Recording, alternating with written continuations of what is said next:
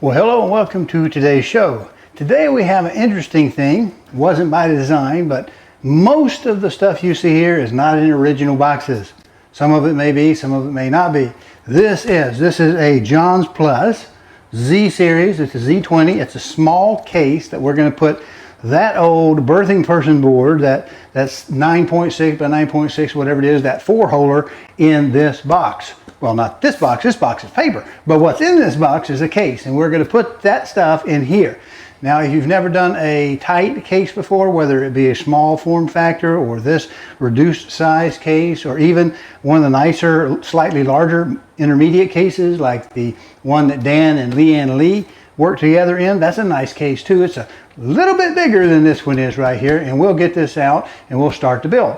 Now, what's unique about these small cases are the tighter the case, the more things have to go in a certain order, or you don't get them in and you have to just take other stuff back out. So I do recommend reading the instructions on this. It's like, for instance, we have to pull the bracket off the front side of it, take that off to get the power supply thing out. Before we mount the power supply, we got to put the birthing person board in, and they have a little shelf thing for the top fans, and I think you have to take part of that bracket off out front first to get that slide out tray out. Now, we only have one of our fans. I am using an Arctic fan that you can see me talk about that in a previous video, which is already released, and there's another video coming where I have to work out how exactly to fit an Assassin, a Peerless Assassin 120 double cooler in a very tight case. So that gives you some of the idea. Now, it's a bigger case, it's like a mid-tower, but it's a darn small mid-tower case. So anyway, we're going to open this up, get the stuff out,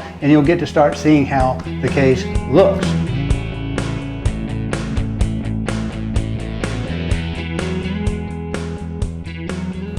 Now, it's out of the box. I managed to do that without any help. Looks like it has a glass front, thumb screws on the front. We have thumb screws on the back. The power supply goes in the front, and we do have a C-type and an old-fashioned USB connection in the front. It's black, and we have one button. I don't see a reset button for it, and the power supply power comes in this end above where we have our built-in I/O. We have a few slots down here. This should be for the micro ATX.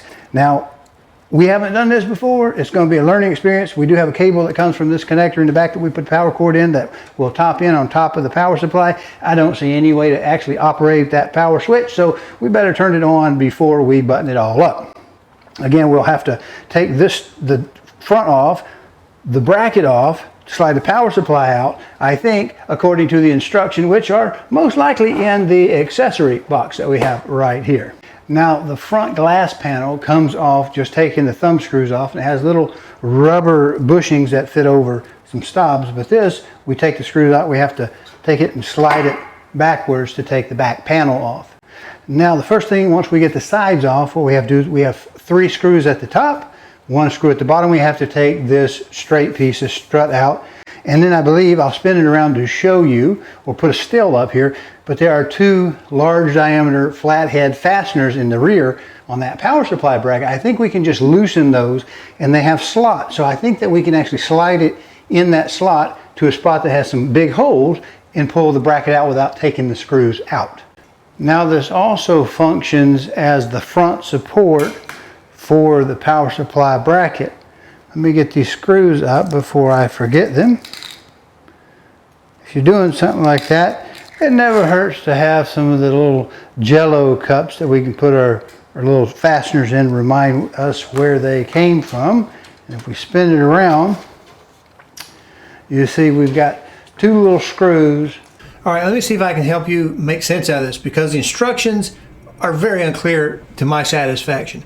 There's a set of slots, vertical slots going up and down. They have different little round holes that will hold these rubber bushings on the big head screws that you do not remove. Now, they're just little wide spots in the road, so you can kind of push it up into any of these set positions and it will hold it there. What you do if you want to remove it, there's one set of holes that are bigger than the other, so you slide that down till it hits that spot and pull it out. But before you do that, it's held in place by 2 smaller screws, and those 2 smaller screws go in each one of those positions. There is a fairly complicated chart in there to help you fit in either your GPU or your AIO with the size of power supply that you have. And you want to look at that pretty intently based upon how big your GPU is and your power supply, because it's going to determine where you want to mount that bracket once you attach it to your power supply and bring it back into the unit. Then push those two little small screws to hold it in that specific space. Then you take the what do they call it? It's a bracket. They call it a baffle. Then you put the baffle back on only after you get the top fans mounted or AIO mounted, because you have to have that out to get to that one last little screw hidden behind that baffle. Flathead, they're large diameter right in this area. We'll loosen those up, and I believe we can drop that down, pull that right out. Let's see. Now we have some retaining screws, 2 more retaining screws labeled R2. Yes, the power supply is loose. I've got it tied up with some wires. I'll need to cut some wire ties in here, but we can pull that out. Well, that was very pleasant. It worked well, except that when you put the torch on it, so you can see what you're doing, all black cases are nice for that feature, that they do hide any untidiness in there. But upon close examination, it wasn't a wire tie, it was just a twist tie. And it did. These guys came out just fine. This is the power supply mounting bracket. And it looks like we have room for a larger board. Well, the instructions are a little more pictures and a little less words, but it does look like we need to remove 1 thumb screw and 2 very small Phillips heads in the back, kind of center of the case, and 1 in this top corner. I don't know that you need to watch me do that. I'll show you the results. Now, one of the things that's nice about using a black case is the little screws show up well in your cups, your little cups. Now they should. This is the bracket for the fans, or an AIO if you have one of those. It comes right out as well. Now they have a nice little bit of kit, a little basket with our various screws. These are labeled screw A, which is what we're going to need to mount this down. It does turn out that the standoffs are already supplied in the case screwed in, so we'll be using those already in place. Now we have our little end shield, which we'll go ahead and try to put in from the outside. A few moments later. Now the pictograph, the instructions do show putting the power connection to the front, which will put the fan to the front as well. I don't like the fact that the cables are going to be coming from the front rather than the back, but that's the way they say to do it. And we take our little bracket and the power supply goes up in it like this and are secured by 4 A screws. Now I have no intentions of putting a cooler in this, because the old Gen 7 i7 7700 locked processor that's in this birthing person board doesn't get that hot. It's only 65 watts, and I'm going to handle it, I believe, with 3 fans and a cooler. You'll notice that I didn't put the cooler on now. I see a lot of people online, they'll go ahead and mount their cooler and they'll stick it in, but I really want to be able to get in here and get things wired and put into place, routed, before I try to put the cooler on, because I have plenty of access in the back and in the front, so that shouldn't be a problem. Now I've mounted the bracket on here. Now these 2 big fat screws will go through the big holes in the back. There's 1 large set and the rest of them are small. And then they have them labeled P1 and P2. They show you where they go. And I think I'm going to go ahead and put it into P2 position, even though I'm not going to have a cooler, just in case I decide to have one in the future. I don't want to have to, rewrite, re-wire tie and neaten things up, as it were. Now I'm going to skip ahead a little bit. This is going to run a little bit longer. I want to focus on the case itself and what a nice little build it is, rather than plugging in power supply cables, attaching the fans to the tray, and pasting a air cooler on a CPU. So you might see a few things kind of accelerate from here out. We're down to mounting the SATA, a little 2.5, and this bracket is the T bracket, and it's mounted with 2 B screws. Now you see there's a little stud right there. It's a little embossed, and then there's one right below it. They're not on the other side, just on this one side. A few moments later.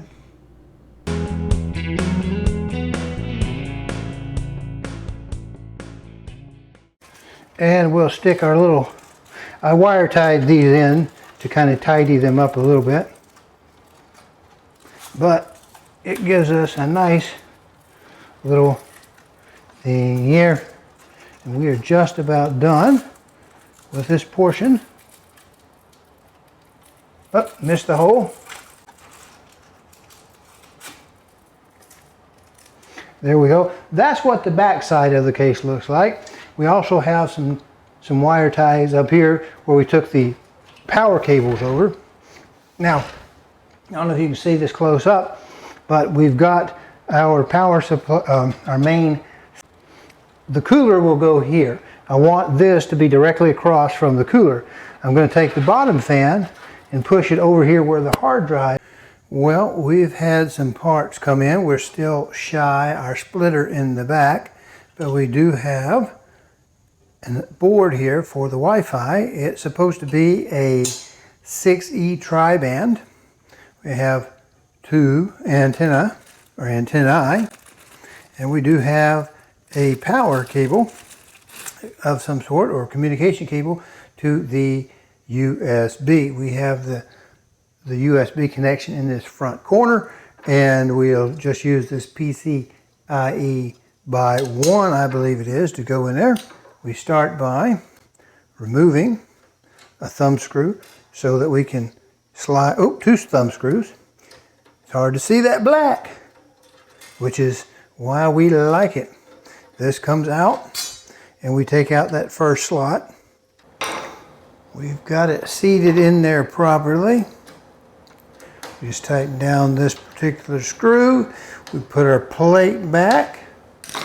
Use our 2 thumb screws, and it just slides over some little pieces there. We'll add our antenna, and we'll plug that USB into the motherboard. Birthing person board. Well, we're just about done. I do have the 3 splitters.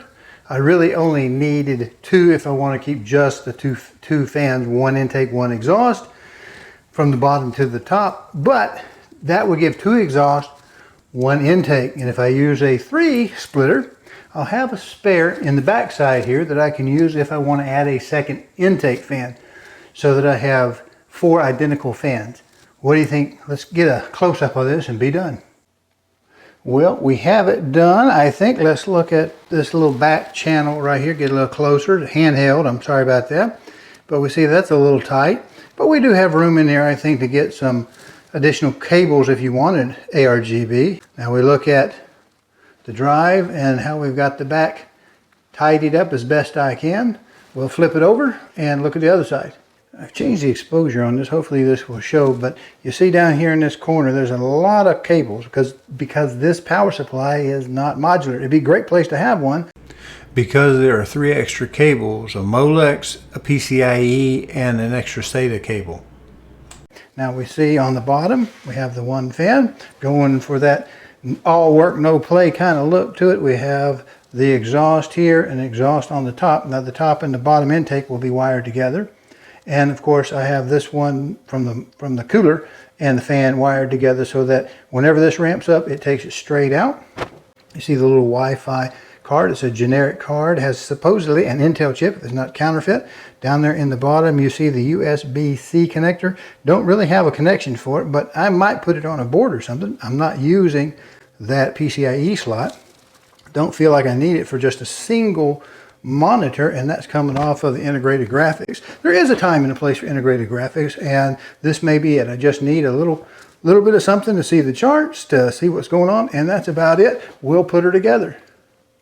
And here we are for the big reveal. Now, if you like ARGB, RGB, that type of thing, or even just old-fashioned LED fans, this may be a very good case for you to use. Now, it is small, compact, and I'm quite proud of it.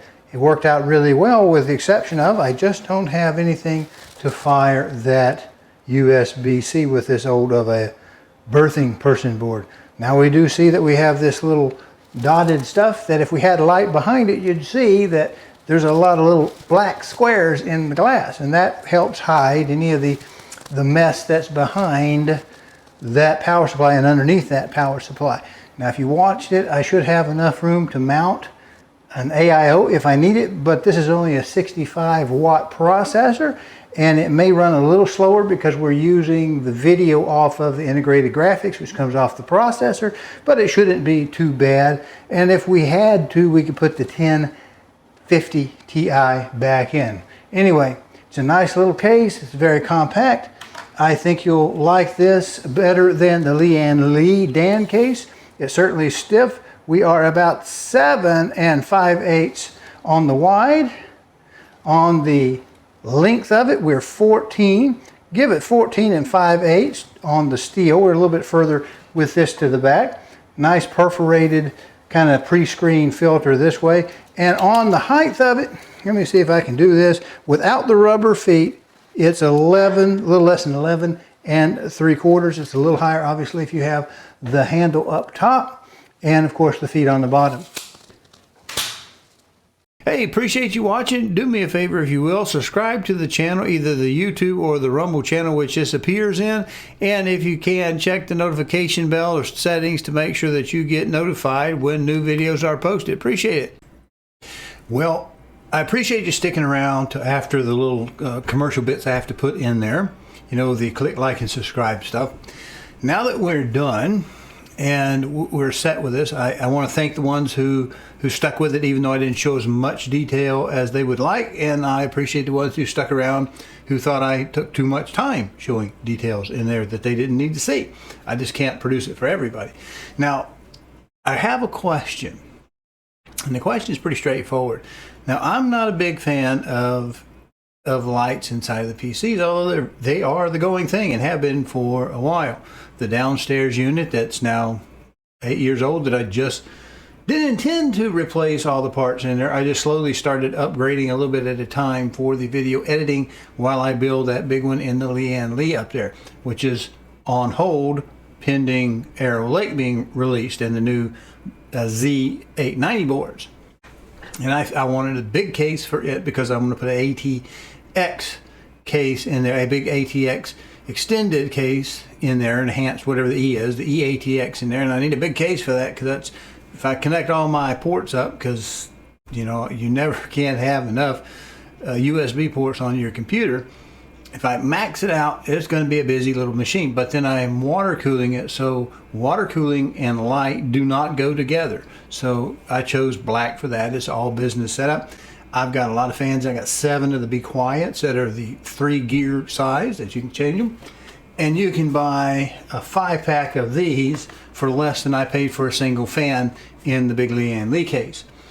And it's got 7 in there. Plus the Lian Li's are always expensive. Although, if I looked up the Dan case properly, Dan case is a little bit cheaper than what I paid for this black case. Now my question to you is, and I'd really like to hear your opinion on it, did I do okay, or what would you have thought? Because I considered putting one that had a little bit of the colored accent, the orange and black one, because the roaster there is a rose gold. It's got some kind of that brass gold look to it on a few pieces for accents, but it's black and basically reddish, and the orange is kind of close but not quite, so I don't know how it fit. You never know till you see it in person. It may look like a UT orange thing. Ugh, I can't have that, and then nobody's going to see it anyway. You add to that the fact that I did not plan on building this machine at all. In fact, the only reason I built it, and it was built in a rush out of the scrap parts that I had just taken out of the other one, is because the laptop I was using to run the roaster and the printers up there, the 3 label printers, died. And so I was just in a fix, and I had just spent a bunch of money on the downstairs machine. I've got a bunch more money to go on the upstairs machine, and the one that runs that roaster died. Now I had a backup laptop that I can use, but it's used for a different business, and I'm really not supposed to commingle those things together, but I can if I had to. So my question is, what would you have done? Would you have put some ARGB or some RGB lights in there? I mean, I could have put RGB fans in there. Could have put just plain LED fans in there. But to my disappointment, the plain old LED one color fan like is in the downstairs unit, which gives it a little bit of light. You can kind of look in there. It's still kind of dark, but you can see your parts if that's important to you. I did keep up with that when I replaced all those fans. So I don't know. I knew it would be faced away. The glass portion that you would view is facing the wall anyway, and so except for maybe giving a splash of color on the wall, I don't know that I would be giving much to it. And again, these fans, not only are they, I can get 5 for less than what I can get a Be Quiet for, the Pros, the new Pros that I put in the Leanne case, but they also have a minimum speed of 200 RPM. So in most of its life, that computer sits there doing nothing. And I think that's going to help keep the dust down, the dust buildup down on that little machine. And it fits under that table. And that table was a new purchase too, because I didn't really have a place to put a machine under the existing shelves that are there. And that roaster's a booger to get put together and lifted off and moved. And it ain't moving except on that little cart. So that means my new computer needs to be on a cart too. And so I went to Webster store and got yet another stainless table. It's a Chinese table. The 16 gauge was a little bit better. It got the stainless legs, looks a little bit better, but I had to cut the legs off to put the casters on and to shorten it down so it's at the same height as the roaster. And it's just a lot to do in a week or so, week and a half or whatever it took to get it up. Now it did work. It does work fairly well. It runs remarkably cool. It's only got 65 watts in there unless I put the TI in there, the 1050 Ti, and it doesn't really gain me anything because I don't have 2 other monitors run, so why not use the graphics that are built into the chip? And so that's what we're doing. So it's just purely functional at this stage. Now my recommendations, would I recommend this case? Absolutely. In fact, it's a pretty nice case, unlike some of the cheaper cases that have plastic or that very thin layer of wood on top of what looks like it might be either plywood in some cases or even vinyl on another. I think that looks a little bit naff, actually. So it's not, it's just not my thing. What's your thing is what I want to know about. After you see this, would you consider buying this case? Because anytime you go small, it gets to be a bit difficult to get everything you need in there. And of course, this old board, it is paid for, so why not use it? It's out of date, but it works, and it can certainly print serve, and it can certainly run that graphic program I use when roasting. And I did roast successfully. I think I did 3 roasts in maybe 4 or so pounds out of it yesterday, so it works beautifully, responds well. I did have a retail key of 10 that I could put on it because I had to buy that years ago to put on that, upgrade the old laptop, because I declined and waited too long. They wouldn't give me my free upgrade, so I could put that on there. But the hard drive I used was a small one I pulled out of the old machine, and it did not like that machine. Somehow it refused to boot, even though that was the original hard drive that went with that original motherboard and original memory and original processor. It refused to cooperate and gave me you have to rebuild or repair this thing. And so I started to redo it from the ISO, and it got hung up on the, what is that, the network requirement. It wouldn't pass the network, and I don't know how to go in there and pull up to tell it to go ahead and pass it. I think there's a OOBO or whatever command. You can give a command line. You can look that up on there and bypass that. But I just got irritated. I said, well, since it's not going to work anyway, let's just try to see if we can't get Windows 11 on it. And we got Windows 11 on it. Now there's something in the system that it complains that it can't find, because Windows 11 wants that TPM 2.0 chip in there so they can control all your certificates and control what softwares you can and cannot run. And also the newest chips, I've noticed when I was looking at a 14th gen i5, it had 2 other protocols that the 12th gen i7 that I put downstairs doesn't have, and it says it's remote erasure. I'm not real sure why anybody needs remote erasure protocol on their chip, their CPU, which obviously works with the chipsets. And this new TPM, I'm very suspicious about people telling me that it's for my good. It's for my safety, for my good, when that's the thing that a famous guy in the 30s in Europe would use right before they took over and tried to do a thing. It's not me. So I'm back to roasting coffee, and I got my machine there. There's no lights in it. I'm interested to see if you think it would have been worth it to do that, or if I should have gone with the orange and white, one of the two-tone options. But yeah, I like the case. It's solid. It's heavy metal. There's not plastic in this thing. This thing is a hoss. To me, it looks like a little baby welder, a little baby portable welder, and it fits beautifully under that little table that I had to create. It just was unexpected.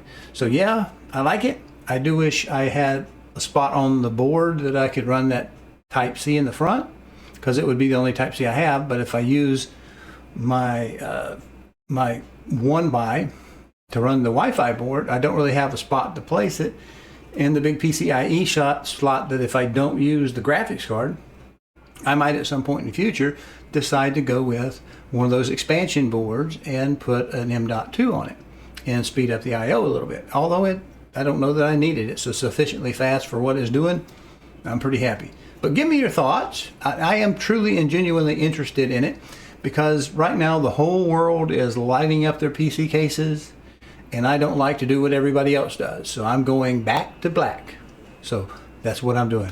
All right, appreciate you sticking around, at least for this last half where it's just me chatting, and we'll see you on the next one.